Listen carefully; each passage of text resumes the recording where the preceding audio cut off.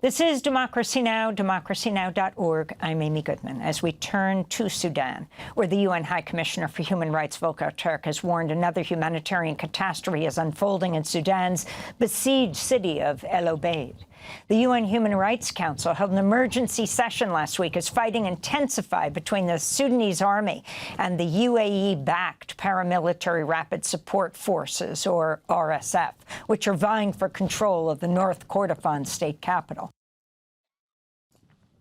UN experts have urged the international community to prevent widespread atrocities similar to what was witnessed in Al-Fashir after it was seized by the RSF. Already, UN fact-finding missions have documented summary executions, abductions, torture, and sexual violence in Kordofan. Over 11,000 people, including more than 5,500 children, have been displaced from El Obeid in the last 2 weeks, according to Save the Children. And in the United Kingdom, a top human rights investigator said the British government was uniquely positioned to stop a genocidal massacre carried out by the RSF in Sudan's Al-Fashir, but failed to do so over economic interests and diplomatic ties with the United Arab Emirates, which is accused of backing the RSF. Nathaniel Raymond of the Humanitarian Research Lab at the Yale School of Public Health submitted testimony to the UK, Parliament detailing his team's efforts to warn of the threats. This is a portion of his comments. I will speak personally and I will speak bluntly. My outrage at institutional failure in the face of preventable genocidal killing, I see as a duty to stay angry as the obituary and the memorial for these people. They deserve someone to be angry for them. We turn now to a new investigation from Lighthouse Reports, Evident, Sudan War Monitor, and Der Spiegel that has uncovered how the United Arab Emirates supports a secret network of military training camps for the RSF that enables them to continue their deadly war in Sudan. This is a clip from the documentary called Inside the Secret Network Fueling Sudan's War. In this clip, journalist Julia Steers of Lighthouse Reports is at the border of Libya and Sudan reporting on the UAE-backed RSF training camps supported also by the Libyan National Army, or LNA, a militia in eastern Libya. Analysts say that weapon smuggling at this border has surged by up to 3 times pre-war levels. And it's not just a trafficking route. We're on patrol about 50 miles south of Kufra, and they want us to go back to the checkpoint, but we know that there's an RSF camp about 30 miles in that direction. And even though they say there's nothing going on out here, we actually saw on satellite images as recently as a couple of days ago that there is activity over at the camp. Equipment and troops from this training camp have been linked to critical RSF battles back in Sudan. With the help of the LNA, the RSF has set up training camps and staging sites to prep weapons in this part of the desert. We found 4 previously unidentified training camps across Libya. Libyan authorities want these operations to stay in the shadows, but RSF soldiers are posting from Libya on social media. For more, we're joined now from Nairobi, Kenya, by the award-winning journalist and documentary filmmaker you just heard, Julia Steers, producer and correspondent on the documentary Inside the Secret Network Fueling Sudan's War. Also, the correspondent and producer of the Al Jazeera Fault Lines and Lighthouse Reports documentary released earlier this year, headline No Exit from Al-Fashir. So let me ask you, Julia, first, the latest, where the UN High Commissioner for Human Rights Volker Türk warned another humanitarian catastrophe is unfolding in Sudan's besieged city of El Obeid. What do you know, and what is fueling this? So what we know is that the RSF, the Rapid Support Forces, and the Sudanese army are fighting for control of Al Obeid, which, as you said, is the capital of the North Kordofan region. They have been really brutally, both sides have been launching drone attacks against civilians for the last few weeks, and that's been intensifying.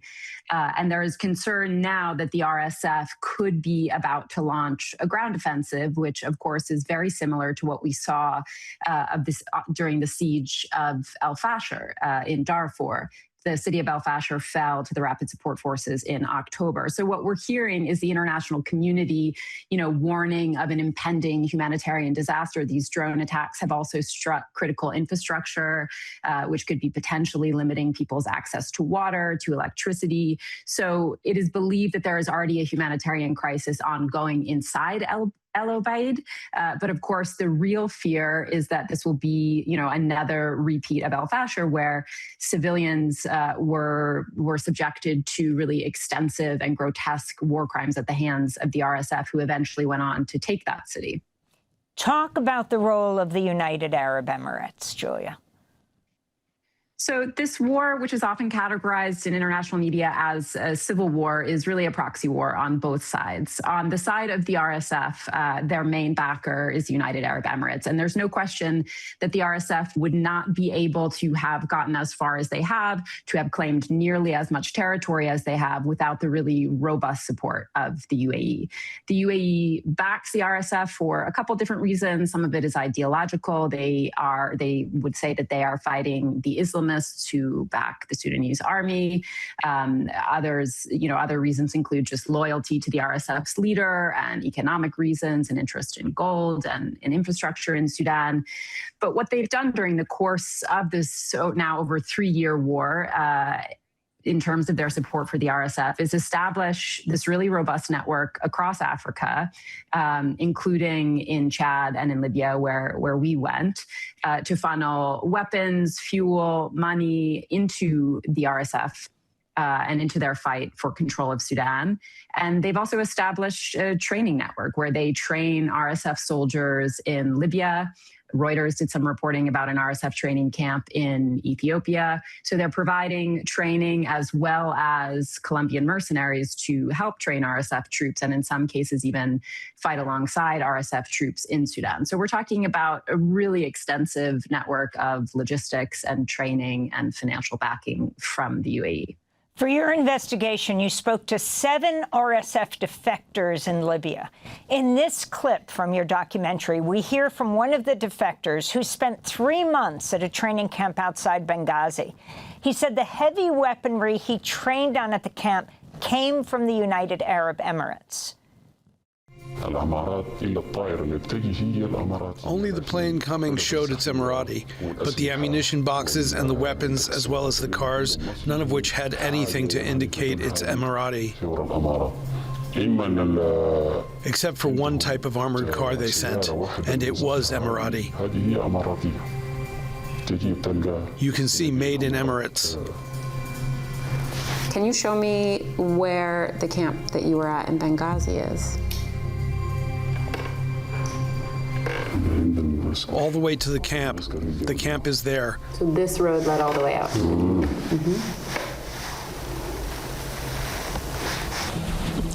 That's the camp. In this clip from the film, Julia Steers, you speak to RSF spokesperson Dr. Ala Eldin Nugud, who repeatedly denies they got any support from the United Arab Emirates, UAE. There's much of allegations that's not true, and we defended and we wrote in our statements against. The UN Security Council said British small arms, both target systems and engines for armored personnel carriers that were sold by the Brits to the UAE were then found in Sudan to be on the RSF side. It's exclusively sold for the Emiratis, and the Emiratis give it to us. Correct. No. There's also the report that European-made mortar shells also sold to an Emirati company and then transported through a convoy in Libya, where there's a lot of evidence that you guys were moving stuff through Libya, that those also ended up on the RSF side. No, Libya, this area became an open market for weapons. You can get weapon from wherever you want. Sure. And it's a market, so you can get, if you have money, you can get a weapon from there. He rejected the claims of our RSF sources about their training in Libya. So do you deny that there are any training camps for the RSF outside of Sudan? It's all our staff training camps in our borders. There are no training camps outside of Sudan. What ultimately do you want to get out of this war? You're saying it's for all of these just causes, but what is the ultimate end game? We are looking for a new Sudan. So that's the RSF spokesperson. Julia Steers, talk about what he's denying. What is the UAE's interest here in perpetuating the civil war between the Sudanese army and the RSF? And then what about countries like Britain and the United States, who are very close to the UAE? So the RSF and the UAE vehemently deny the UAE's role in the war, which at this point, is a sort of ridiculous denial. It's really the worst kept secret of the war in Sudan. He is denying what we saw with our own eyes. He is denying what we documented, a year's worth of social media analysis of RSF presence in Libya at training camps, in the desert, at training camps near the capital Benghazi. He's denying a very extensive documentation of the presence of UAE-backed Colombian mercenaries in Libya, in Sudan, traveling through Libya into Sudan's Darfur region. So as I said, he's denying this very extensive network that the UAE has established, including in Libya. And, as you mentioned, the role of the UK or in the US in pressuring, a critical partner of theirs, the UAE, has been very minimal. So, there has been very little pressure on the UAE to actually acknowledge their role or to stop the flow of weapons and troops into Sudan. And what is the UAE's interest here? So the UAE's interest, in part, I think we have to recognize that they are a country with almost limitless resources. So to a certain extent, we could just be seeing they have backed one side and they're going to continue dumping resources into that side until the end. There has been some points of the war where analysts would wonder, when the RSF was sort of on the back foot, and analysts would wonder how long will the UAE keep backing a potentially losing horse. But now we've seen the RSF has taken all of Darfur. They're putting up a very fierce fight in Obeid, and there is absolutely no sign of UAE support slowing down. In the long term, they have an economic interest in Sudan's gold trade, in Sudan's agricultural trade. They also do not want to see an Islamist-backed government installed in the Horn of Africa. And so the Sudanese army is backed by Islamists. So they would obviously prefer that the RSF would be the party that eventually takes over Sudan. This is a clip from your documentary that looks at how the UAE has brought Colombian mercenaries into the conflict. Well, they did talk about it. But the general consensus is that the Emiratis brought and paid them. The UAE has sent hundreds of Colombian mercenaries to Sudan, many making stops in Libya to train and fight alongside the RSF. They're contracted by Global Security Services Group, a UAE-based company with links to the Emirati government. With the help of Conflict Insights Group, we analyzed telephones located at Camp 17. Using publicly available phone data, we found evidence of one suspected Colombian contractor at the site. The phone was active at Camp 17 in June 2025. Julia Steers, if you can talk about the significance of the Colombian mercenaries being brought in by the UAE as we wrap up right now. So the Colombian mercenaries are brought in to train the RSF specifically on these new types of weaponry that are then being trafficked into Sudan. And they were considered to be really influential in the fight in Al Fasher, which fell to the RSF a few months ago, both in terms of training, and there was some evidence of them being on the ground actually fighting alongside the RSF in Al Fasher. And so, of course, there is a concern that in other battles, the RSF will continue to get this training on specialized weaponry and that they could be backed up by the Colombian mercenaries. In this last 20 seconds, the human toll, if you can address that. In El Obeid, there's concern about hundreds of thousands of civilians, and we have seen an utter lack of true care by the international community for the amount of civilians that are being targeted and killed in this war. We're going to continue talking about Sudan, but an earlier documentary that Julia Steers made, and it was for the Al Jazeera Fault Lines series, called No Exit from Al Fasher. This is a clip.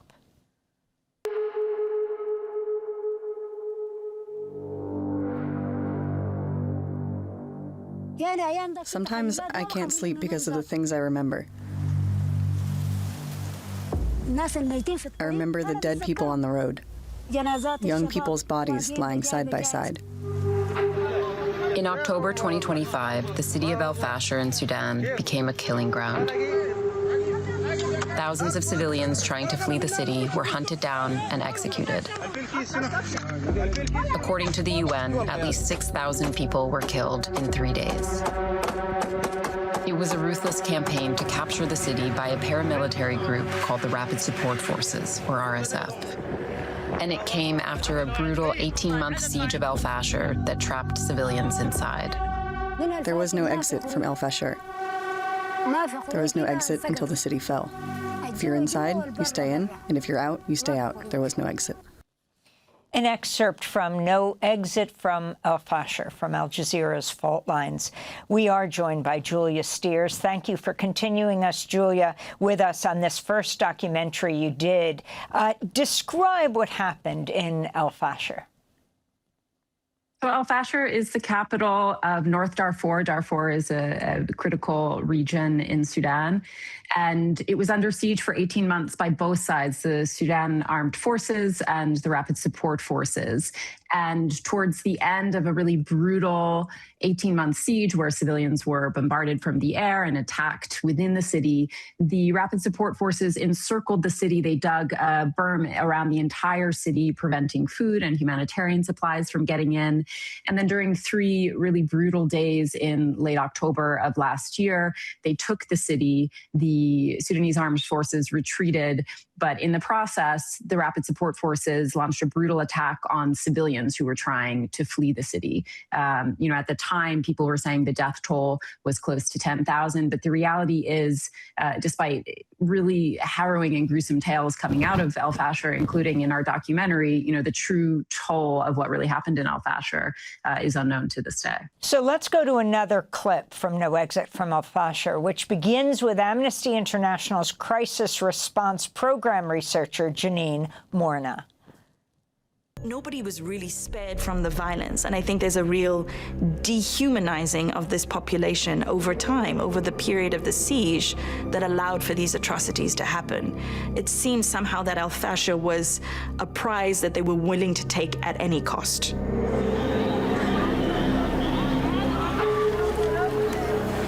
There was a time before the takeover of El Fasher where so much could have been done to save lives, where people were trying whatever they could do to ring the alarm bells and say, we're on the precipice of something really major.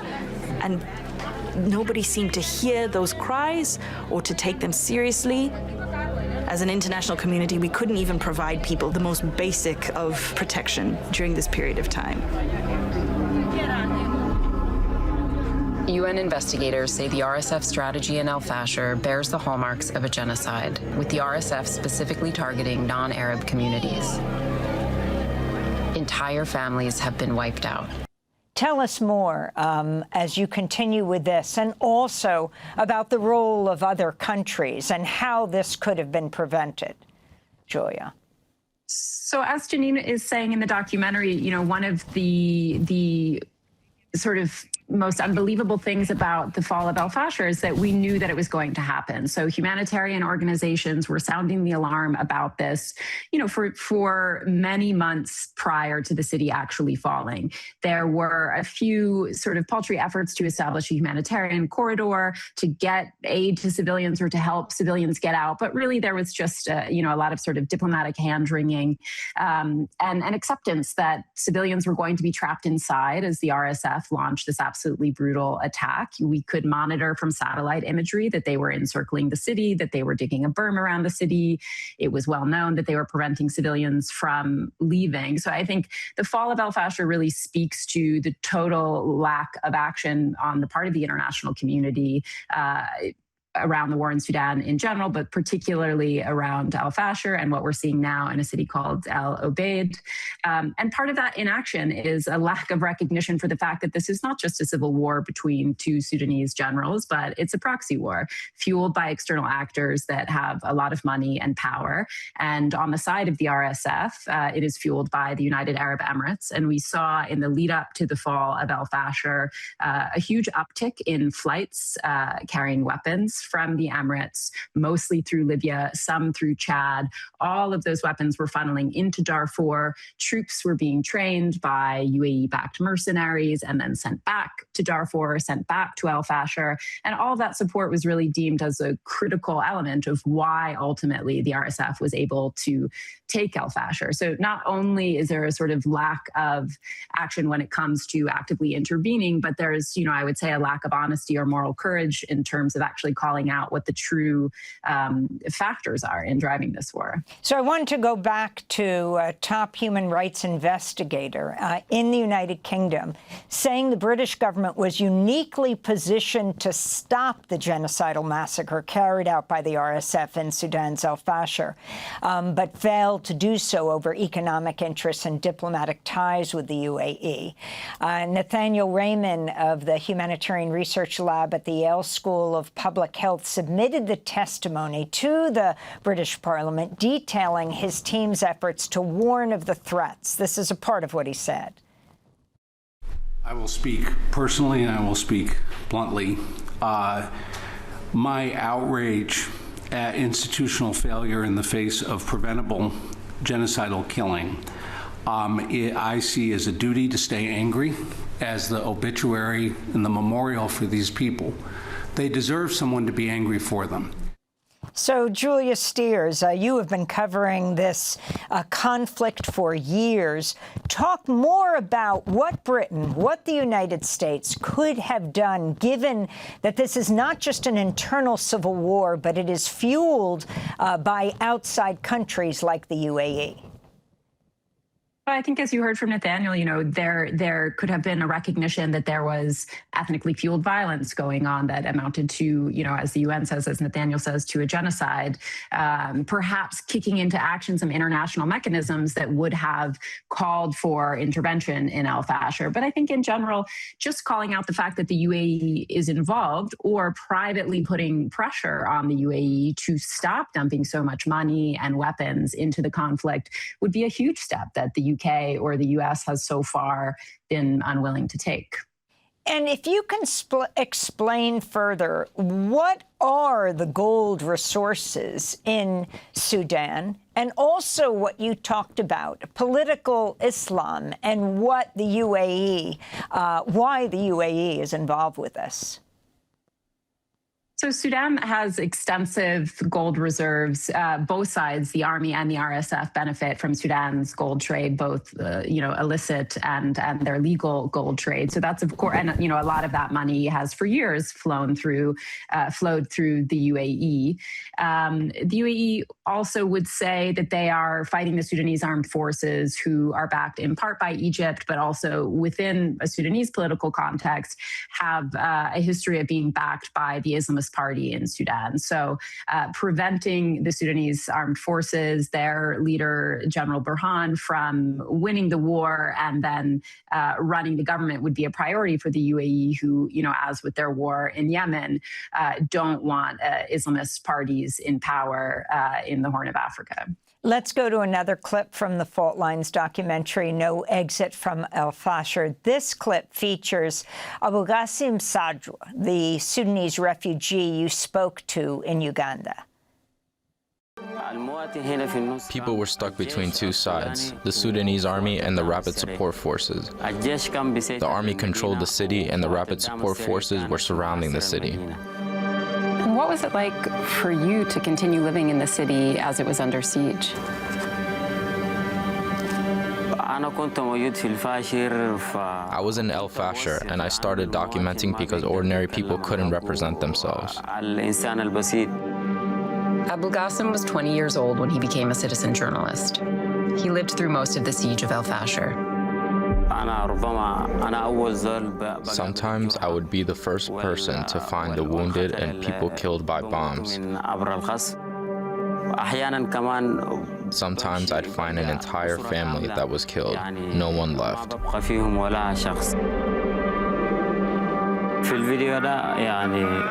In this video, it was an entire family, just one woman left. Those who survived the bombings were then starved. The RSF encircled the city and cut off food supplies, leading to mass starvation. People were only eating what they had at home. They had to resort to animal feed. I documented people eating animal feed. I documented people eating tree leaves. I documented people crying from hunger. So, Julia Steers, if you can talk about where you found this traumatized Sudanese refugee. We've talked about the thousands of deaths, but also the diaspora, people forced, like him, to other countries like Uganda. Up to 12 million Sudanese people displaced by this war. It's an absolutely massive number of people who have had to flee, and most of them have fled multiple times within Sudan during the war, and then to finally leave Sudan. Many of the people from al-Fashir fled next door to Chad, but we went to Uganda to meet refugees from al-Fashir there, including Abu Qasim. And I think his story and the stories of the others, there's 3 other refugees who fled from al-Fashir in the documentary, and we really try to highlight the human toll of the fall of al-Fashir, because I think that's something that, to the extent that you even hear about the war in Sudan, you're not hearing about the real people who are being impacted by it, like Abu Qasim. And as we wrap up now, taking this forward, you have the United Nations holding a Security Council meeting last week because what happened in al-Fashir, they are warning, is unfolding in Sudan's besieged city of El Obeid. Where you see this all going?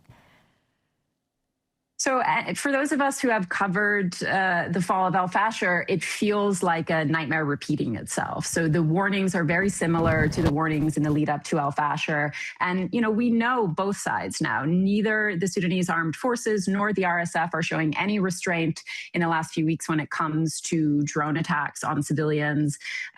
There's now these red alert warnings for humanitarian catastrophes within El Obeid. It's another critical city. It's an important strategic city for the RSF. It would enable them to control a key supply route.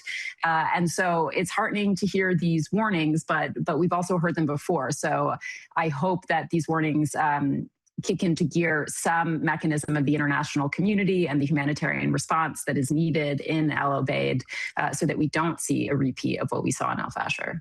Julia Steers, thanks so much for being with us. Award-winning journalist, documentary filmmaker.